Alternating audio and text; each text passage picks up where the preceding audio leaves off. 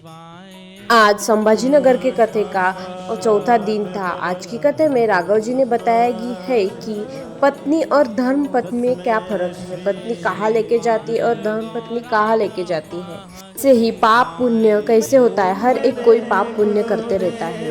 अपने हाथ से कहाँ कहाँ पाप और होता है वो सब बताया गया है। मनुष्य कौन से आंखों से क्या क्या देखता है, उसी के हिसाब से पूरी कथा शिव पुराण कथा आज बताई गई है। इतनी छोटी सी उम्र में उन्होंने कितनी अच्छी महापुराण कथाएं बताई है। हम लोग वहाँ रोज कथा सुनने जाते हैं तो वहाँ पे देखा है कि कितना अच्छा आयोजन किया है। शिवाय गौरा नमः शिवाय भोला नमः शिवाय गौरा नमः शिवाय भोला नमः शिवाय गौरा नमः शिवाय भोला नमः शिवाय गौरा नमः शिवाय। जिसके अंदर 24,000 श्लोक 12 खंड हैं। कहते हैं कि शिव महापुराण का एक शब्द, शिव महापुराण का एक श्लोक अगर हमारे कानों में चला जाता है, अगर हम पंडाल के सामने से भी निकल रहे हैं और शिव महापुराण वहां पर चल रही है और आपने 2 सेकंड वहां खड़े होकर शिव महापुराण भी सुन ली, तो कहते हैं कि वो हमारे लाखों जन्मों के पापों को काट देता है। इसी पावन शिव महापुराण को मैं दंडवत प्रणाम करता हूं। जैसे एक बार एक गुरुजी थे जिनके 2 चेले थे। 2 चेले, एक का नाम रामा, एक का नाम कृष्णा, और दोनों ही चेले बड़े आलसी। अब वो गुरुजी एक दिन शालिग्राम जी की सेवा कर रहे थे। एक दिन भगवान शालिग्राम की सेवा में लगे थे और सेवा करते करते करते करते उन्हें पता चला कि वो तुलसी लाना तो भूल ही गए। वो तुलसी तो ला ही नहीं पाए। अब गुरुजी ने आवाज लगाई और रामा को बुलाया। कहा, रामा इधर आओ। कहा, हाँ गुरुजी क्या हुआ? एक काम करो, बाहर तुलसी का पेड़ होगा है, बाहर तुलसी का पेड़ होगा, एक काम करो उसमें से तुलसी तोड़ लाओ। अब रामा को लगा कि अगर अभी इनकी मैंने सेवा कर दी, अगर अभी इनका कहना मान लिया तो रोज रोज लाना पड़ेगी, इसलिए कुछ बहाना बना देता हूं। कहा कि गुरुजी तुलसी का पेड़ कैसा होता है? अब गुरुजी ने पूछा कि तुम्हें नहीं पता तुलसी का पेड़ कैसा होता है? कहा, नहीं पता, तभी तो पूछ रहा हूं। कहा, अच्छा, छोटा सा होता है जिसमें तुलसी लगती है।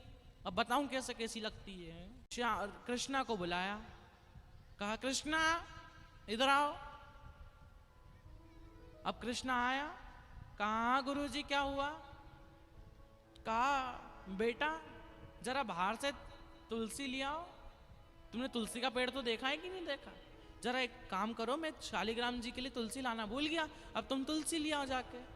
अब श्री कृष्णा ने सोचा ये रामा तो जा नहीं रहा, तो मैं काहे को जाऊं, मैं काहे को पचूं। अब रामा से कृष्णा ने बोला, क्यों रे, तुझे नहीं पता कि तुलसी का पेड़ कैसा होता है? नहीं पता? कहा, नहीं पता, कैसा होता है? कहा, इतना बड़ा पेड़ होता है, उस पर बड़ी बड़ी पत्तियां लगती हैं। इतना बड़ा पेड़, उस पर इतनी सारी लंबी लंबी पत्तियां। कहा, अच्छा।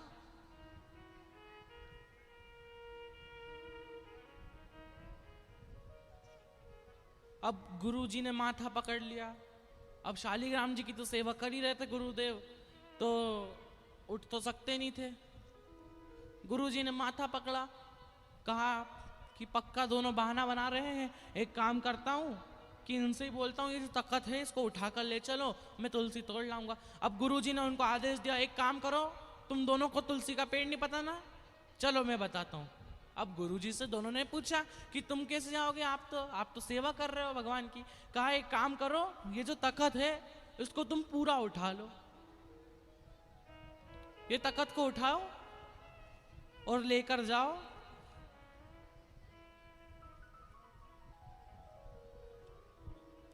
अब दोनों के वो चक्कर आ गए। कहा कि अभी तो मैं तुलसी लेने नहीं जा रहा था, लेकिन अब गुरुजी तो पूरा तख्त उठा रहे हैं, उठवा रहे हैं। उठाया 80 किलो के गुरुजी, तख्त पे बैठे। अब तख्त पे बैठे, दोनों ने तख्त उठाया, एक ने इधर से पकड़ा, एक ने इधर से पकड़ा। अब पकड़ा, दोनों ने पकड़ के लेकर गए। अब तुलसी के पेड़ के पास पहुंचे, गुरुजी ने तुलसी तोड़ी। अब दोनों से कहा कि सुन लो, ऐसा होता है तुलसी का पेड़, अब तो नहीं भूलोगे। अब दोनों ने माथा पकड़ लिया, कहा बाप की कसम अब तो नहीं भूलूंगा, अब तो नहीं भूलने वाला। अब एक तो मैं तुलसी लेने नहीं गया तो आपने अपने आप को ही उठवा लिया। गुरु आपके बारे में सब जानता है कि आपको क्या पता है क्या नहीं पता। तो भैया गुरुजी जब हमारे जीवन में कोई गुरु बनता है, जब कोई गुरु हमारे जीवन में प्रवेश करता है, तो वो हमारे पूरे जीवन का उद्धार कर कर चला जाता है। और मैं बहुत बहुत साधुवाद देना चाहूँगा श्री विजय जी अवताड़े को और उनकी धर्मपत्नी श्री भाग्यश्री जी अवताड़े को, जिन्होंने इतनी पावन पुनित शिव महापुराण का आयोजन यहाँ पर रखा है। एक बार जोरदार ताली हो जाए दोनों के लिए। तो शिव महापुराण जो चल रही है, इसमें ज्यादातर संख्या महिलाओं की ही क्यों होती है? ज्यादातर जो यहाँ पर आती हैं वो महिला ही क्यों आती हैं? तो मैं जवाब देना चाहूंगा कि महिला का जब विवाह होता है, उसके बाद उसके नाम के आगे उसको, उसके जो नाम है उसके आगे धर्म पत्नी लग जाता है। क्या लग जाता है? जोर से बोलो, धर्म पत्नी। अब तुमने कभी सुना है कि धर्मपति है, धर्म बेटा, धर्म लड़की? नहीं सुना। वेद व्यास जी को भी पता था, भगवान शंकर को भी पता था कि पति अपनी दुकान पर, पति अपने बिजनेस में, पति अपनी नौकरी में बहुत प्रपंच करेगा, बहुत झूठ बोलेगा, बहुत पता था।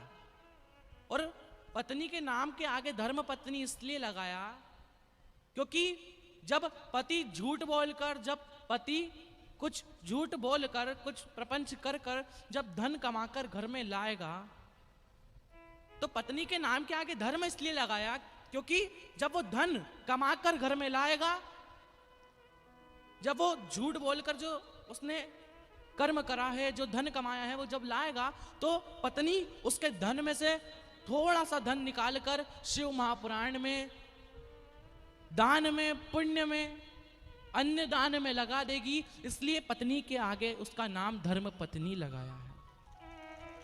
पति का काम है कर्म करना, पति का काम है पैसा कमाना, और धर्म पत्नी का काम है धर्म कमाना।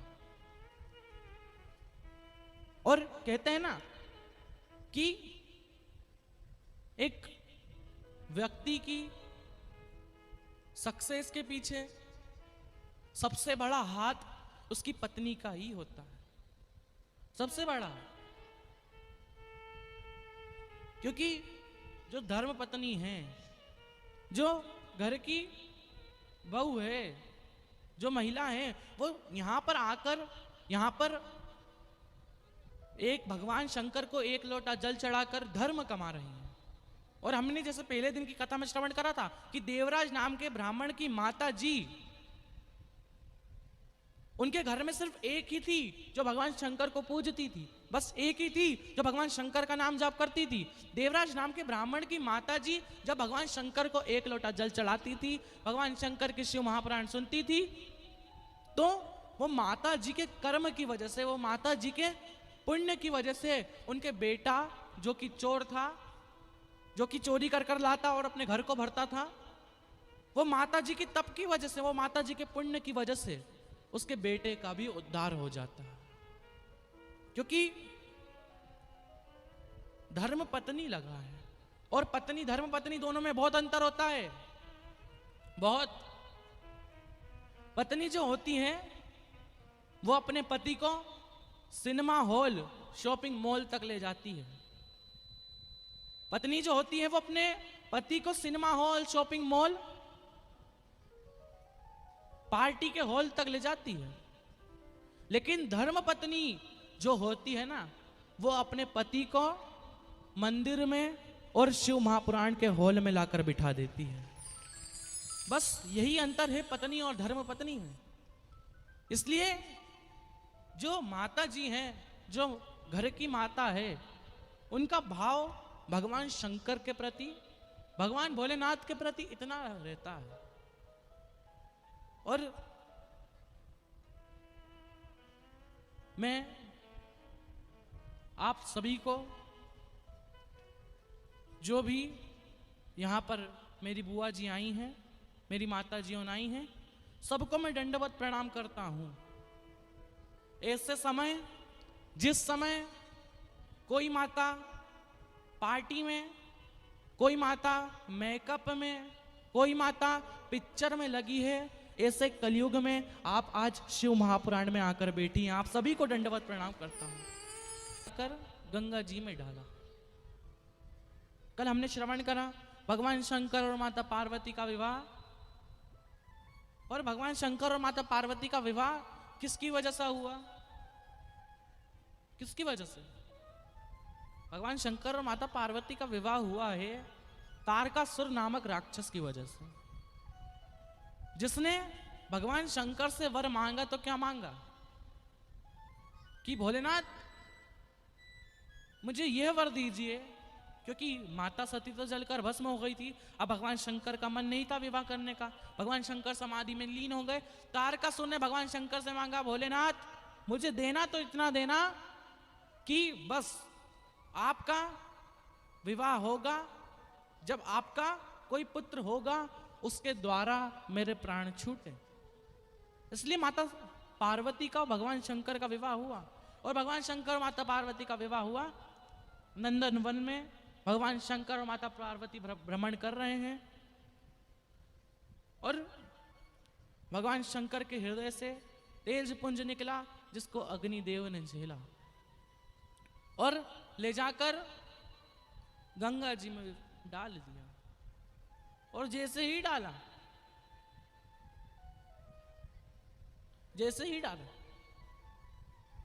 वो गंगा जी की 6 धाराएं निकल रही थी। जैसे ही गया, 6 धाराओं के द्वारा 6 पुत्रों का जन्म हुआ।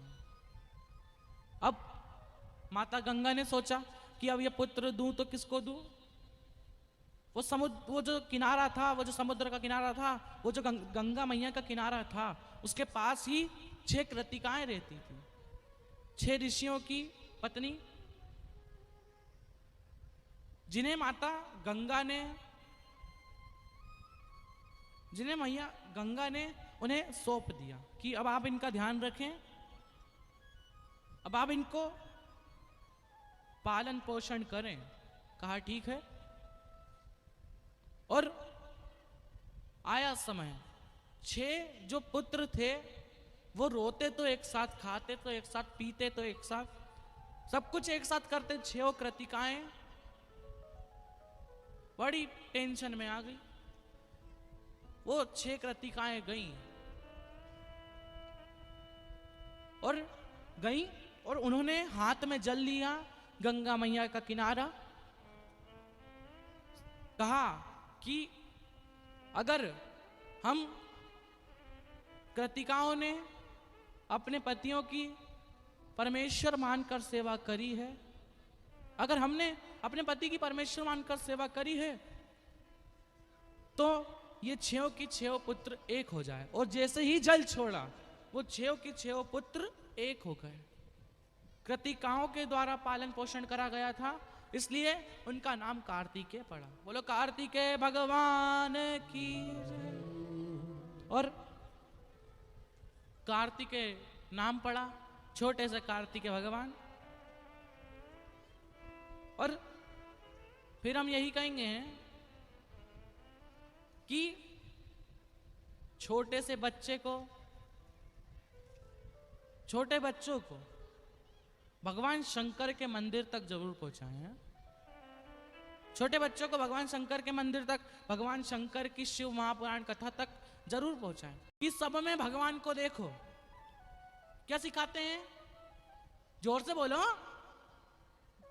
सब में भगवान को देखो। और सब में भगवान को देखो, लेकिन आजकल की हालत यह है कि हम सब में बुराई जरूर देखते हैं। भगवान से पहले बुराई दिख जाती है, सबसे पहले बुराई दिखेगी। जैसे एक वो नहीं होता, एक बड़ा सा बोर्ड, एक बड़ा सा कागज, बिल्कुल कोरा सफेद, अगर हम उस पर एक काली बिंदी लगा देंगे ना, भले ही वो छोटी सी हो, लेकिन मनुष्य की नजर वो बोर्ड से पहले, सबसे पहले वो बिंदी पर जाएगी, सबसे पहले। क्योंकि भगवान शंकर के 3 नेत्र हैं। एक से वो पूरी पृथ्वी देखते हैं, दूसरे से वो पूरे 33 कोटि देवी देवताओं को देखते हैं, और तीसरे से वो ध्यान लगाते हैं। मनुष्य के भी 3 नेत्र हैं। एक नेत्र से मनुष्य इस दुनिया की अच्छाई इस दुनिया को देखता है, इस दुनिया की अच्छाई देखता है। दूसरे नेत्र से मनुष्य अपने घर की अच्छाई को देखता है, और तीसरा नेत्र से मनुष्य पूरे जगत की बुराई को देखता है। आज की कथा तो मुझे बहुत पसंद आई है। हर हर सबका तीसरा महादेव, नेत्र हर ज्यादा हर एक्टिव है। महादेव। सबसे पहले बुराई दिखती है, सबसे प्रथम।